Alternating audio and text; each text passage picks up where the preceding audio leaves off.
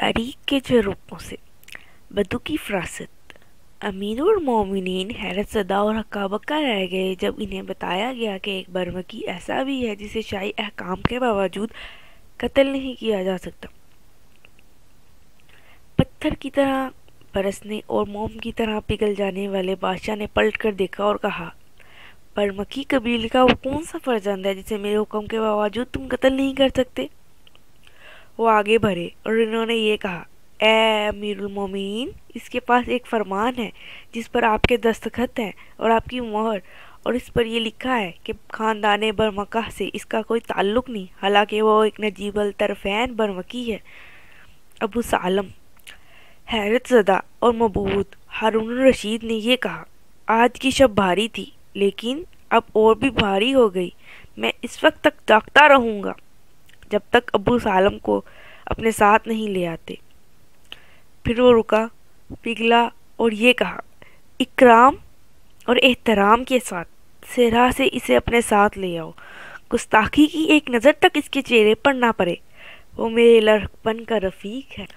बादशाह ने बरमका के कत्ले आम का हुक्म दिया था, लेकिन अबू सालम शब भर अमीरुल मोमिनीन जागते और इस वाक़े पर गौर करते रहे जो 12 बरस पहले पेश आया था, और हैरान होते रहे। अपनी जवानी और देर उम्री के दिन इन्होंने एक साथ गुजारे थे, महमा सर की थी, जंगों में हिस्सा लिया था, हारे और जीते थे, ज़िंदगी के इंतज़ार, इम्तिहान और मुसरतों में से अपना हिस्सा वसूल किया था।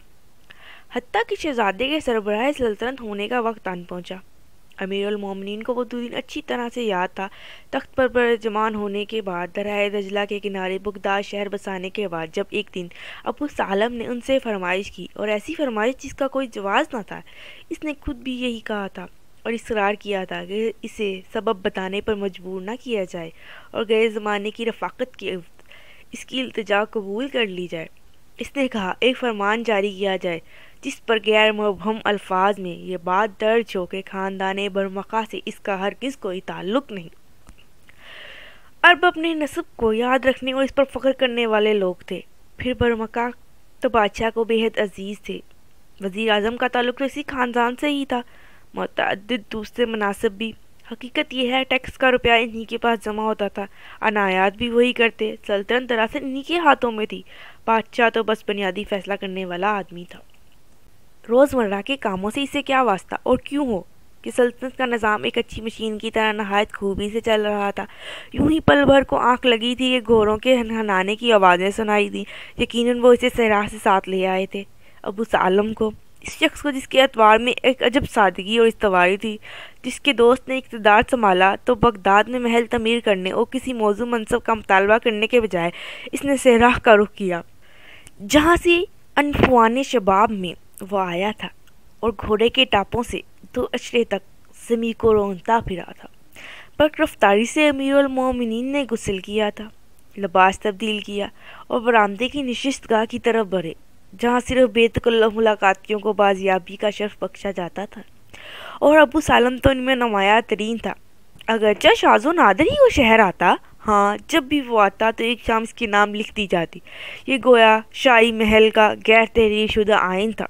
दजला के किनारे सैर, ज़ियाफ़त और महफिल आराई। बादशाह भी आदमी होते हैं और इन्हें भी दोस्तों की ज़रूरत होती है, अगरचे कम ही लोग ये बात समझते हैं और कम ही बादशाह। आओ अबू सालम। अमीरुल मोमिनीन आगे बढ़े और इस शख्स को देखा, माहवसाल ने, जिस पर अपने असरार ज़रा कम मर्तब किए थे, जो हमेशा की मतनात और वक़ार के साथ आया था। हमेशा की तरह कतान के सफ़ेद लिबास में मलबूस, बशाश लेकिन कम अमीज़। अमीरुल मोमिनीन के लिए अपने तजस्सुस पर काबू पाना मुश्किल हो रहा था, और नौजवानों की सी बेताबी के साथ उन्होंने अपना सवाल गोया हवा में उछाल दिया। अबू सालम, तुम पर सलामती हो। मुझे बताओ कि तुमने इस फरमान का मुतालबा क्यों किया था? किस चीज़ ने तुम्हें बताया था कि एक दिन बरमका पर एहताब उतरेगा? कुछ भी नहीं अमीरुल मोमिनीन, हमेशा की तरह मुतमईन आवाज़ ने कहा। इसमें कोई गहरा राज पोशीदा नहीं, ना ही इसमें चौंका देने वाली क़ियाफ़ा शनासी और दनाई को दखल है। 12 बरस पहले मैं आपसे मुलाकात की उम्मीद के साथ महल में दाखिल हुआ तो मैंने वज़ीर आज़म याह्या बरमकी को आपके कंधों पर कदम रखे सेब के दरख्त से फल तोड़ते देखा। تو یہ ایک سادہ سی بات تھی کہ خواہ بادشاہ اس کی آرزو ہی کریں، ان کے ساتھ ایسی بے تکلفی روا نہیں ہوتی۔ اسی دن مجھے اندیشہ ہوا تھا کہ وہ عطاب شاہی کا شکار ہوں گے، اور اسی شام میں نے آپ سے فرمان کی درخواست کی تھی۔ امیر المومنین نے گہرا ٹھنڈا سانس لیا اور پانی کے پیالے کی طرف ہاتھ بڑھایا۔ ایک بھاری بوجھ ان کے ذہن سے اتر گیا تھا۔ بظاہر کتنی معمولی سی بات تھی جو وہ جانتے نہیں تھے، جو برمکہ کے برز جمہر بھی نہیں جانتے تھے، بغداد میں کوئی شخص بھی نہیں، بس یہ بدو جانتا تھا جس کی جوانی شہروں میں بیتی تھی اور جو معلوم نہیں کیوں سلطنت کی شان و وجاہت میں حصہ بٹانے کے بجائے صحرا کو لوٹ گیا تھا۔ مجھے بتاؤ ابو سالم، اللہ تمہیں برکت دے، ایسی باتیں تمہیں کیوں کر سوچتی ہیں تو دوسروں کو نہیں سوچتی؟ آدھی دنیا کا حکمران سراپا سوال تھا۔ کچھ بھی نہیں امیر المومنین، ابو سالم نے کہا۔ مفکروں اور معلموں کے درمیان زندگی گزارتے ہوئے آپ کو شاید فلسفے سے شگف ہو گیا ہے، ورنہ یہ تو ایک بالکل سامنے کی بات ہے جو ہم صحرا نشین ہمیشہ سے جانتے ہیں کہ بہترین زندگی عافیت کی زندگی ہوتی ہے، بے قرار تمناؤں کی نہیں۔ ابو سالم، وہ عجیب و غریب آدمی کہیں سے اچانک نمودار ہوتا ہے جب کوئی خان وڈیرا اور چودھری اقتدار کے کندھوں پر سوار سیب کے درخت سے پھل توڑ رہا ہو، جب دل اور دھرتی پر ایک ساتھ بارش برسنے لگے، اور اپنی زبان سے کبھی کچھ نہیں کہتا، صرف اس کے چہرے کی مسکراہٹ کلام کرتی ہے اور یہ کہتی ہے، کیا میں یہ سچ نہیں کہا؟